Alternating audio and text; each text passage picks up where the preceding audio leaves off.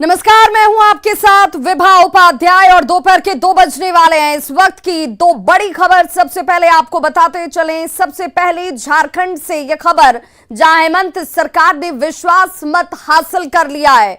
वहीं दूसरी बड़ी खबर पटना से, जहां नीतीश कुमार अब से 1 घंटे बाद दिल्ली के लिए रवाना हो रहे हैं। इससे पहले नीतीश कुमार ने लालू प्रसाद से जाकर मुलाकात की और काफी देर तक दोनों के बीच बातचीत होती नजर आई।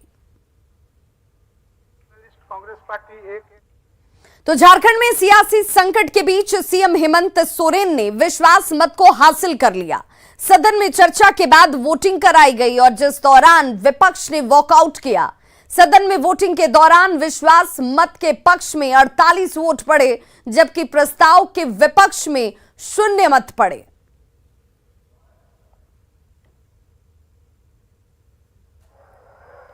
मानसून सत्र दिनांक 4/8/2022 की कार्रवाई के उपरांत अनिश्चित काल के लिए स्थगित किया गया था।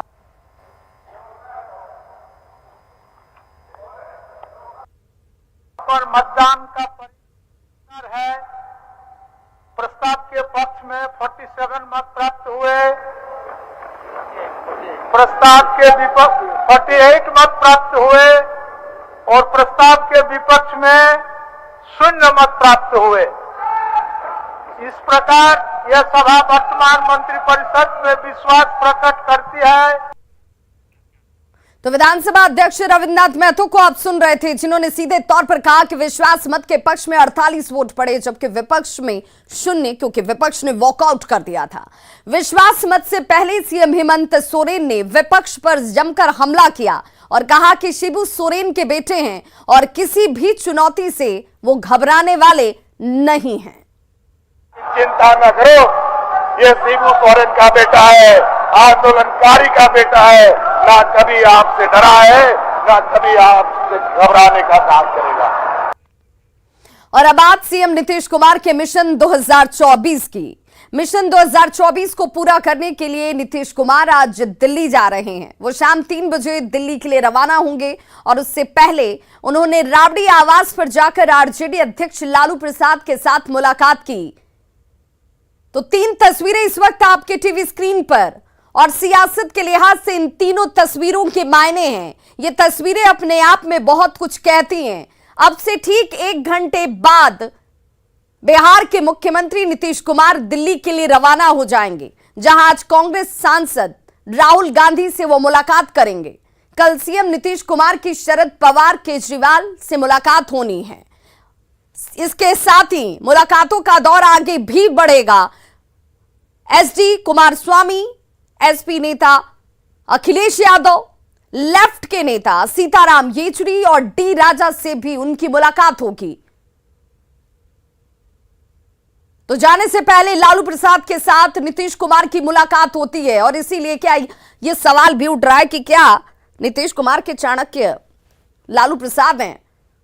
एक रणनीति, एक चर्चा, और इस मुलाकात के बाद 3 बजे का वक्त है जब रवानगी होगी पटना से दिल्ली के लिए। केंद्र की सियासत में पटना से दिल्ली की यह दौड़ बेहद महत्वपूर्ण है, जिसमें विपक्ष को एकजुट करने का दावा किया जा रहा है।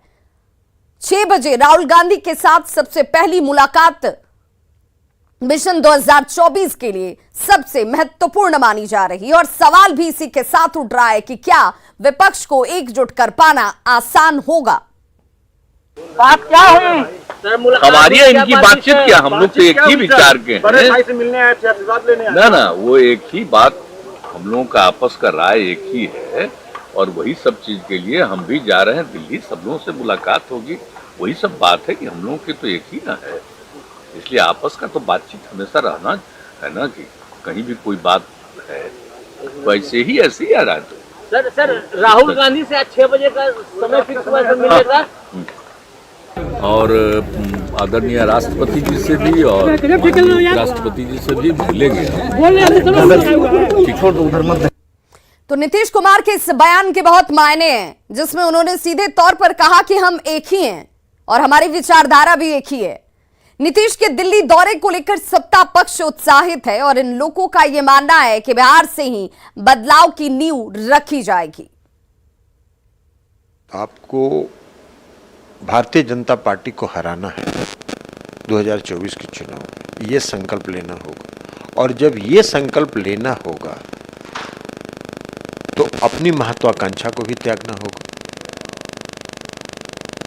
और उसके बाद सब लोग बैठ के एक बार उनको चुनाव में पराजित कर दीजिए, फिर एक बार बैठ के तय कर दीजिए कि कौन नेता होगा। एक साथ नहीं मिलेंगे तो देश का हालत और दिनों दिन बदतर होते जाएगा। इसलिए मैं समझता हूँ इसकी आवश्यकता भी है और प्रयास भी हो रहा है। नीतीश जी का जो सोच है ज़्यादा व्यापक है, वो सबको लेके चलना चाहते हैं इस मामले में, और वो भी बात को समझते हैं जो बिना कांग्रेस का अगर एकता होती भी है तो बहुत राज्य में उसका कोई प्रभाव नहीं होगा। कांग्रेस है जो सभी जगह उसकी उपस्थिति दर्ज है। जो जनभावना है उसको लाइक मैंडेट पार्टियां बाखूबी समझ रही है। पीपुल पोलराइजेशन का रहबरी अगर आप नहीं करेंगे तो इतिहास थोड़ी माफ करेगा। तो वर्तमान परिवेश में सभी समान विचारधारा वाले दल एक मंच पे हैं। प्रयास बिहार से हो रही है, सब लोग चाह भी यही रहे हैं, देश के लोग भी चाह रहे हैं, मियाज भी यही देश का है, इसलिए सब लोग एक हो गए। बहुत लोग को ये लग रहा है वो दिमाग से निकाल देनी चाहिए। तो सीएम नीतीश कुमार आज मिशन दिल्ली पर रवाना होंगे और उससे पहले उन्होंने आज जनता दरबार लगाया। सीएम के जनता दरबार में आज सोशल मीडिया के जरिए परिवार को बदनाम करने का एक मामला सामने आया, जिस पर सीएम नीतीश ने डीजीपी को फोन किया और मामले में तुरंत एक्शन लेने को कहा। दरअसल पश्चिमी चंपारण से आई एक महिला फरियादी ने शिकायत की कि 1.5 साल पहले उनकी बेटी का फोटो वायरल कर आरोपी ने पूरे परिवार को बदनाम कर दिया। जैसे तैसे उसने अपनी बच्ची की शादी तय की, लेकिन अब आरोपी धमकी दे रहा है कि अगर उसकी शादी कराई गई तो जान से वो मार डालेंगे। महिला की फरियाद सुनने के साथ ही सीएम नीतीश ने डीजीपी को फोन लगाया और तुरंत एक्शन लेने को कहा। लड़की घटना हुआ 1.5 साल होने जा रहा है, अभी तक कुछ नहीं। अब हमारी लड़की को चली आई, अभी तक वीडियो वायरल हो रहा है व्हाट्सएप और फेसबुक। लड़की के साथ साथ मेरी बड़ी लड़की के साथ साथ छोटी लड़की का भी और हमारे पूरे परिवार का फोटो वायरल कर। अब उसका शादी भी फिक्स कर दिए हैं सर, 2 दिसंबर की शादी है। हमें प्रशासन की सहायता चाहिए। बोल रहे हैं मंडप से लड़की को उठवा ले जाएंगे, गोली चलवाएंगे, ये करेंगे। हमें तो हमारे पूरे परिवार का। अरे महिला का पूरा कहानी सुन लीजिए। अब इनकी लड़की का कोई फोटो डाल करके सोशल मीडिया पे उसको बदनाम करना, उसी को रखे हुए था। तो लड़की चली आई है इन लोगों के घर, उसको बदनाम किए हुए थे, इसको दुख करके बता रहे ये आई ये लड़की पश्चिम चंपारण से। जरा देख लीजिए और एक्शन लीजिए जरा।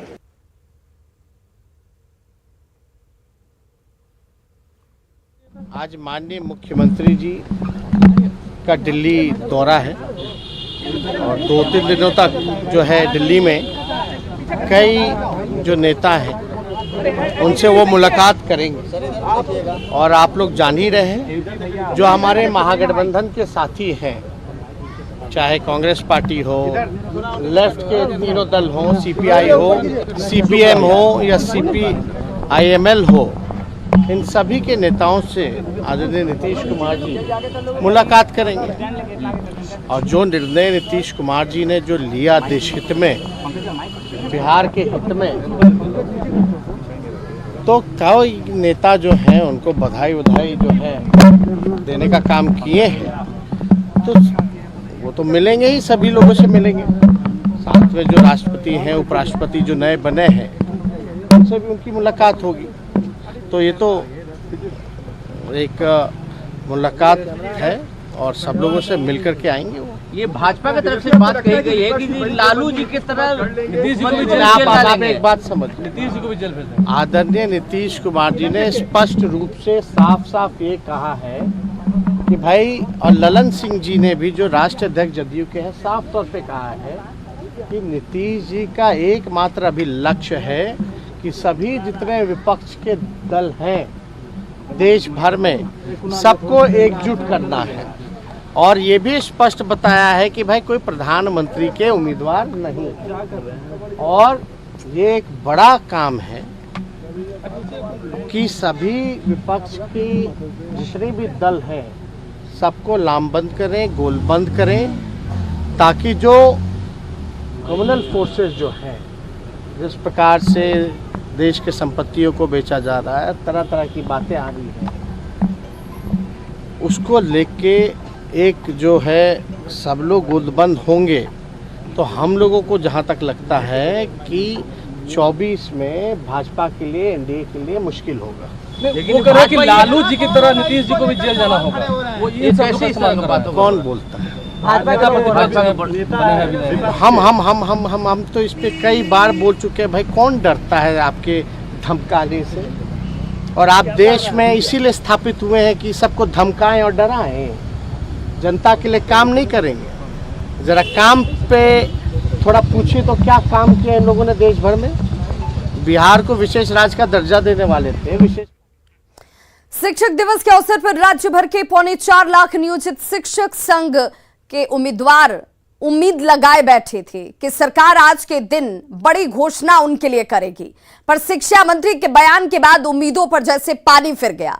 शिक्षक नेताओं ने सरकार पर यह आरोप लगाते हुए कहा कि जब ये विपक्ष में थे तो नियोजित शिक्षकों से वादा किया था कि राज्यकर्मी का दर्जा देंगे और वेतनमान लागू किया जाएगा, लेकिन अब सब झूठा साबित हो रहा है। विधानसभा का चुनाव हो रहा था और महागठबंधन के सारे बड़े नेता उस समय, खुद अभी वर्तमान के उप मुख्यमंत्री तेजस्वी यादव जी ने यह घोषणा किया था कि उनकी सरकार बनते ही हम लोगों को समान काम समान वेतन, राज्यकर्मी सहित अन्य सुविधाएं दी जाएंगी। 5 सितंबर है, शिक्षक दिवस है, इस पे हम लोग उम्मीद लगाए बैठे थे कि आज हमें राज्यकर्मी का दर्जा सहित अन्य सारी मांगे हम लोगों की पूरी की जाएंगी, लेकिन मांग पूरी करने के बजाय शिक्षा मंत्री जी उलूल की बयानबाजी कर रहे हैं और शिक्षकों को साथ ही साथ शिक्षक अभ्यर्थियों को भड़काने का काम कर रहे हैं। आज बिहार के नियोजित शिक्षक दिवस के अवसर पे कुछ न कुछ आशा उम्मीद पाल करके बिहार सरकार से रखे हुए, लेकिन ऐसा पहली बार हो रहा है कि बिहार के नियोजित शिक्षकों के लिए सरकार ने किसी तरह का कोई न घोषणा किया, न कोई संभावना व्यक्त कर रहे। माननीय मंत्री बयान देते हैं कि वेतन दे दिया, अंतर वेतन का राशि जारी कर दिया, छात्रवृत्ति और पोशाक जारी कर दिया, ये हास्यास्पद है।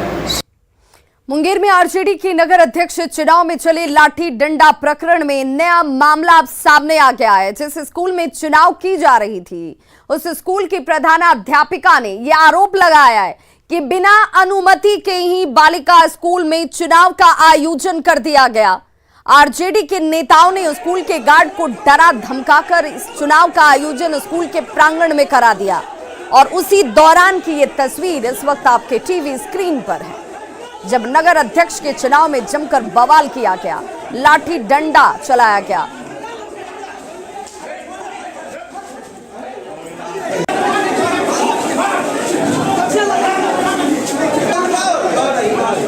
हमने परमिशन नहीं दिया।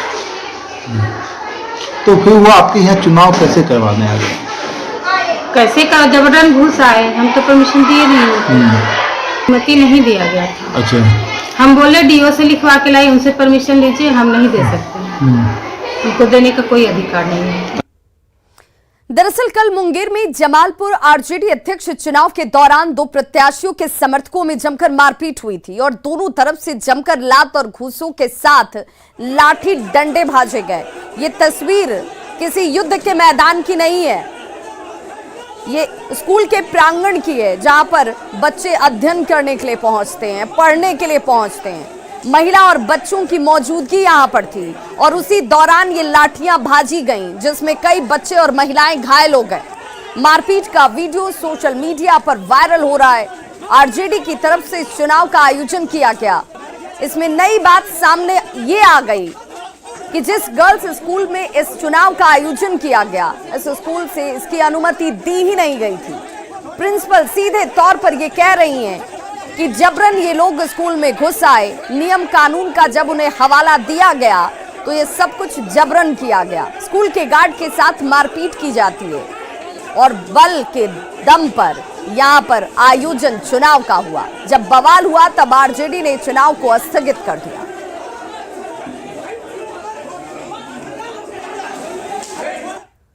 खबर शेखपुरा से, जहां शेखपुरा लखीसराय मुख्य मार्ग पर ट्रक और बाइक के बीच भिड़ंत हो गई है, जिसमें बाइक में अचानक से आग लग जाती है। बीच सड़क पर बाइक देखिए कैसे धू धू कर जलने लगे।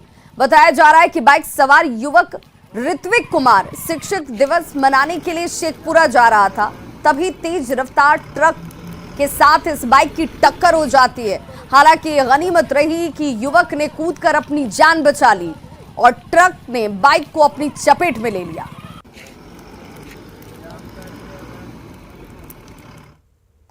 खबर मधेपुरा से, जहां फर्जी अपहरण का मामला सामने आया है। मामला आपसी विवाद से जुड़ा हुआ बताया जा रहा है, जहां एक युवक ने अपने पड़ोसी से दुश्मनी निकालने के लिए पहले एक लड़की का फर्जी फेसबुक आईडी बनाया, फिर युवक को प्रेम जाल में फंसाकर कुछ रुपए ऐंठे गए और शिवरात्रि के दौरान लड़की के अपहरण का फर्जी केस भी दर्ज करा दिया गया।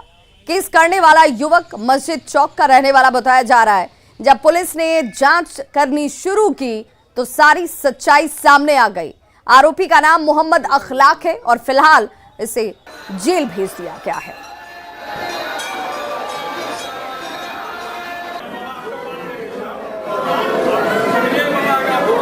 जब उससे पूछताछ किया गया तो पता चला कि ये जो समलेश सिंह है वो समलेश सिंह नहीं बल्कि इसका वास्तविक नाम मोहम्मद अखलाक है, जो कि मस्जिद चौक का रहने वाला है।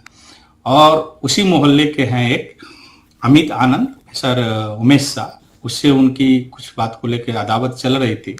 तो उन दोनों को फंसाने के लिए इन लोगों ने और अखलाक ने अपना नाम बदल करके एक फर्जी केस तैयार किया, कुटरचना का सहारा लिया और एक लड़की का फोटो जो कि फेसबुक से डाउनलोड करके और उसे अपनी बहन बताते हुए यह कांड अंकित कराया गया था।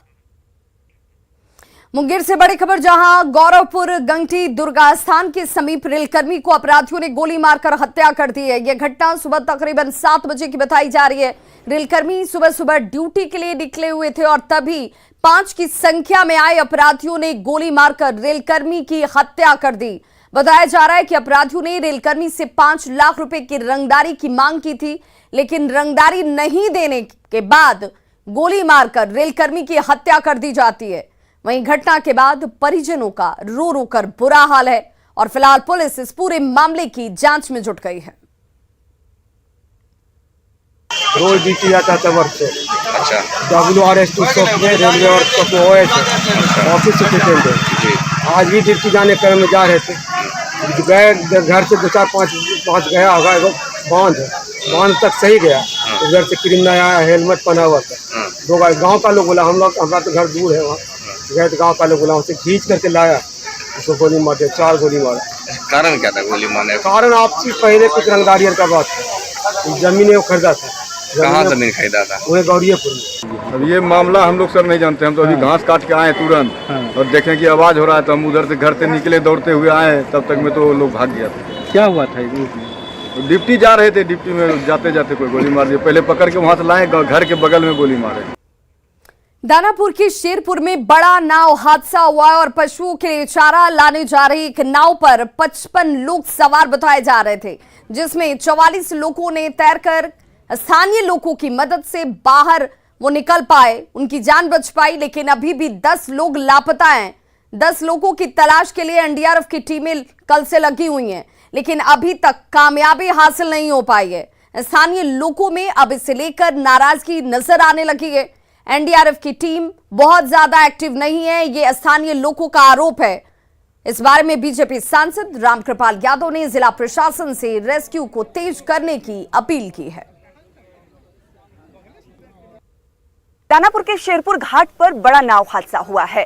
नाव पर 54 लोग सवार थे। हालांकि जिस तरीके से गंगा का जलस्तर लगातार बढ़ता जा रहा है, जिला प्रशासन की तरफ से निर्देश भी दिया गया है कि नाव का परिचालन गंगा में नहीं होगा। बावजूद इसके लोगों की लापरवाही देखने को मिली।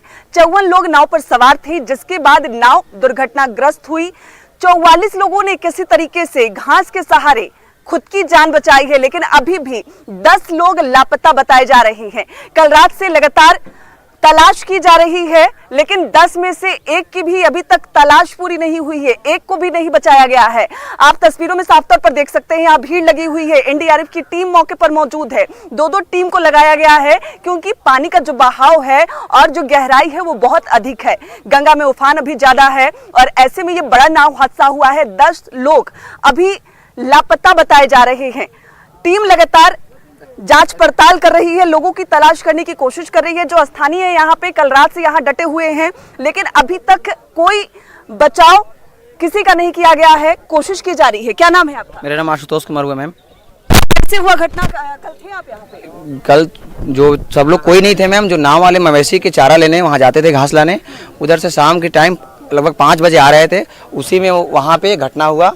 जो एनडीआरएफ की टीम आ चुकी है, बट एनडीआरएफ टीम क्या है कि तेल ही खत्म हो जा रही है। इनके क्रोश भी नजर आ रहा है, नाराजगी भी नजर आ रही है, क्योंकि जिस तरीके से इनका जो आरोप है, साफ तौर पे ये कह रहे हैं कि एनडीआरएफ की टीम भले ही यहाँ मौजूद है, लेकिन बार बार उनका जो पेट्रोल है, डीजल है, वो खत्म हो जा रहा है। यही वजह है कि जो तलाश तेजी से होनी चाहिए वो नहीं हो पा रही है। 3-3 घंटे वो लोग रुके रह रहे हैं। हालांकि जिनके घर से लोग लापता हुए हैं, जिनकी तलाश की जा रही है गंगा की धारा में, उनकी तरफ से भी तलाश की जा रही है। 5 नाव लगाए गए हैं। यहाँ शेरपुर घाट से दीघा घाट तक तलाशी की जा रही है, लेकिन अभी तक किसी की जो जानकारी है वो नहीं मिली है। 10 लोग अभी भी लापता बताए जा रहे हैं। 54 लोग सवार थे, 44 लोगों ने खुद से अपनी जान बचाई है, लेकिन अभी भी 14 लोग कहाँ हैं? क्या वो सुरक्षित हैं या फिर गंगा में उनकी सांस रुक गई है? कुछ भी कहना अभी मुमकिन नहीं लग रहा। तलाश जारी है, लोगों की उम्मीद भी बची हुई है। लोग लगातार कोशिश कर रहे हैं कि आखिर जैसे तैसे उन 10 लोगों की जान बचाई जा सके। विनीता मिश्रा, न्यूज़ 18 पटना। तो खबरों का सिलसिला लगातार जारी है। आप देखते रहिए न्यूज़ 18 बिहार झारखंड। यहाँ खबरों का सिलसिला कभी नहीं थमता।